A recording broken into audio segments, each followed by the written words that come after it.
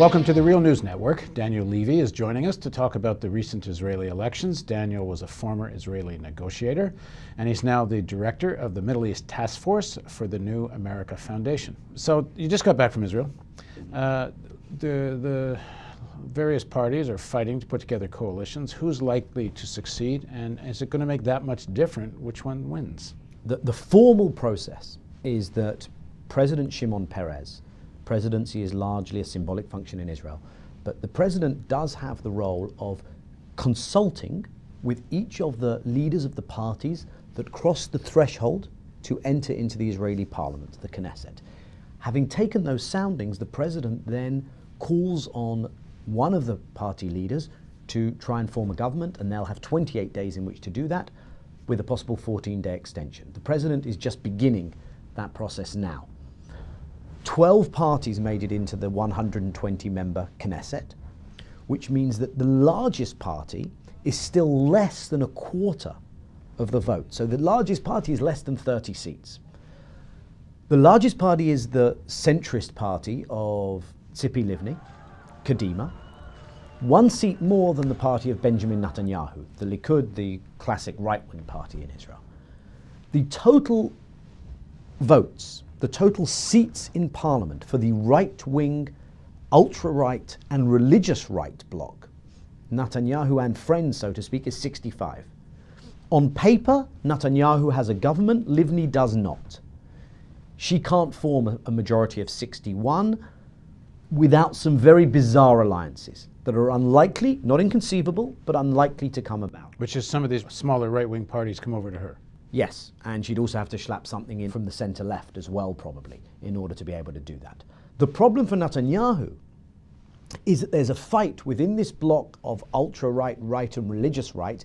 There's a fight between the religious right and the secular nationalist right. The party that people will probably by now have heard of, Avigdor Lieberman, Yisrael Beitenu, Israel Our Homeland, has a secular national agenda, largely to serve the Russian immigrant population in Israel. For instance, civil marriage. You can't have civil marriage in Israel right now. That directly clashes with the agenda of the Orthodox, ultra-Orthodox parties in Israel. For them to maintain the hold that the religious authorities have on personal status issues, such as marriage, is very important. So there's a clash there. And this is causing a problem for Netanyahu. Where things stand now is options. A narrow right, ultra-right religious government under Netanyahu is still possible. Broader coalition with Kadima and Likud and some other, either religious right or secular nationalist right, or both, is possible, more likely to be led by Netanyahu. Another option is a rotation. Netanyahu serves for part of the time, Livni for part of the time. Israel did this in the 1980s, 2 years each. And again, the outside option is somehow Livni manages to cobble together a coalition. Can Livni get Lieberman on board, given that there's a lot of support on the secular issues in her own camp? Yes, in that respect. Part of the Kadima campaign was to create a clash with Shas, with one of the Orthodox parties.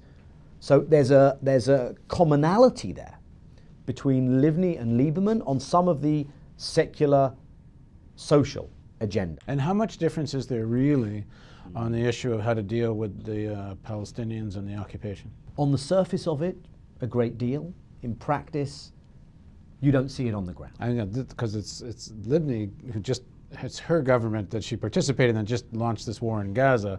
So, yeah, dig into this a little bit. Sure. More. The argument would be that Netanyahu, Likud, have run on a platform which does not endorse Palestinian statehood, which talks about maintaining the Israeli presence in the West Bank, which talks about not withdrawing from the Golan Heights, which talks about never dividing Jerusalem, holding large parts of the territory, and has this hazy notion of an economic peace. First of all, the Palestinians will be satisfied with life under occupation, but with an improved economic situation. Ostensibly, the Kadima platform is supportive of negotiations with Syria. Livni hints at what that entails without explicitly talking about leaving the Golan, but it's quite clear. She has said that Jerusalem will be negotiated, unlike Netanyahu. She is a strong advocate of a two-state solution, of an Israeli withdrawal on the West Bank. So on the surface, on paper, significant differences. Now, in practice, yes, Livni has led a peace process with the Palestinians begun by the Bush administration at Annapolis, and they've discussed all the issues.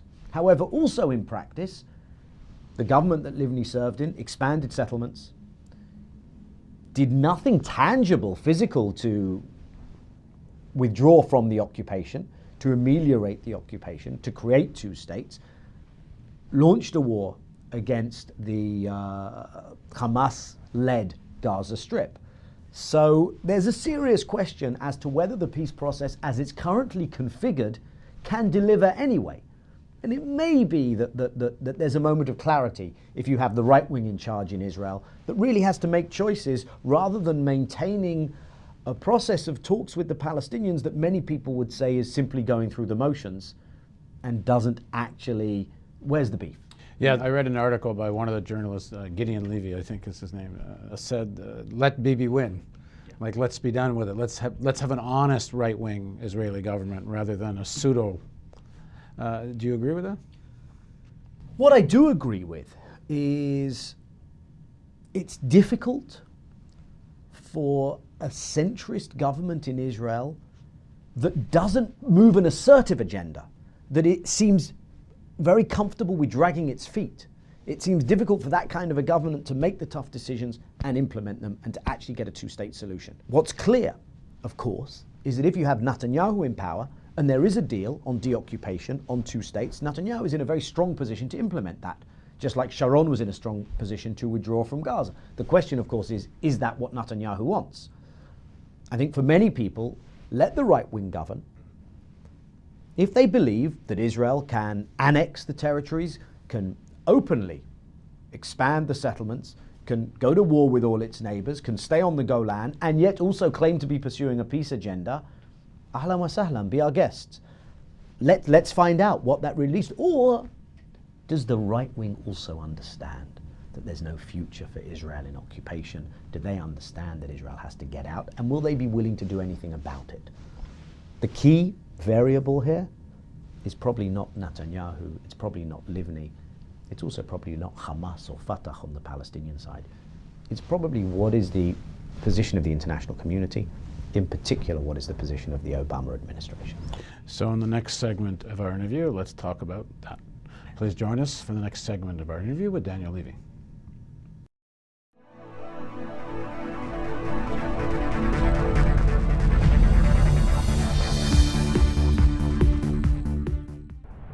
Donate today and receive a new documentary film available to members of the Real News Network. The History of the National Security State with legendary author Gore Vidal. Bonus features of the DVD include an in-depth response to Vidal from ex-CIA analyst Ray McGovern, who served under 7 U.S. presidents, an exclusive interview with Colin Powell's former Chief of Staff Larry Wilkerson, and an insightful interview with oil policy analyst Antonia Juhas. The news magazine of the screen. Living glimpses of history in the making. Hollywood and Washington, there's a symbiotic relationship. They both deal with illusions. Reality doesn't often play much of a part.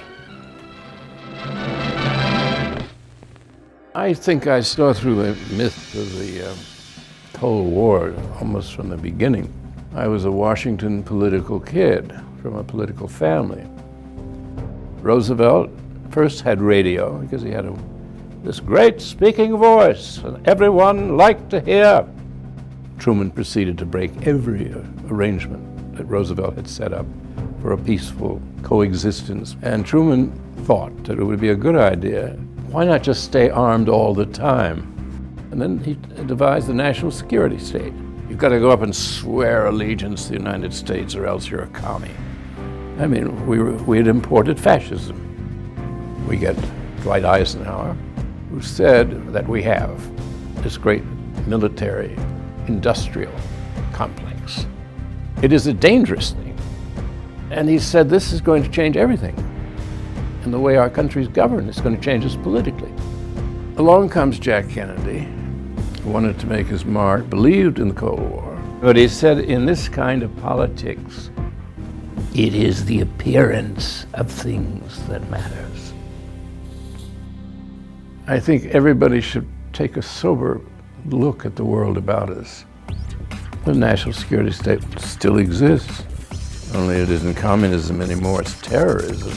This is the most serious thing that has happened in the history of the United States.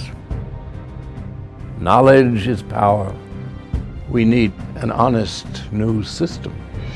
We need the real news.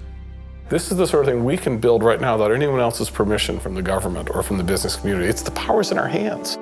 If we're not going to sleepwalk into more wars, we think we need to start with a television news network that won't bow to pressure and has the courage to seek facts. And that means independent economics. And that's why we need you. Make a tax-deductible donation now of at least $10 a month or a one-time give of at least $75. As a thank you for your support, we will send you the new documentary film, The History of the National Security State.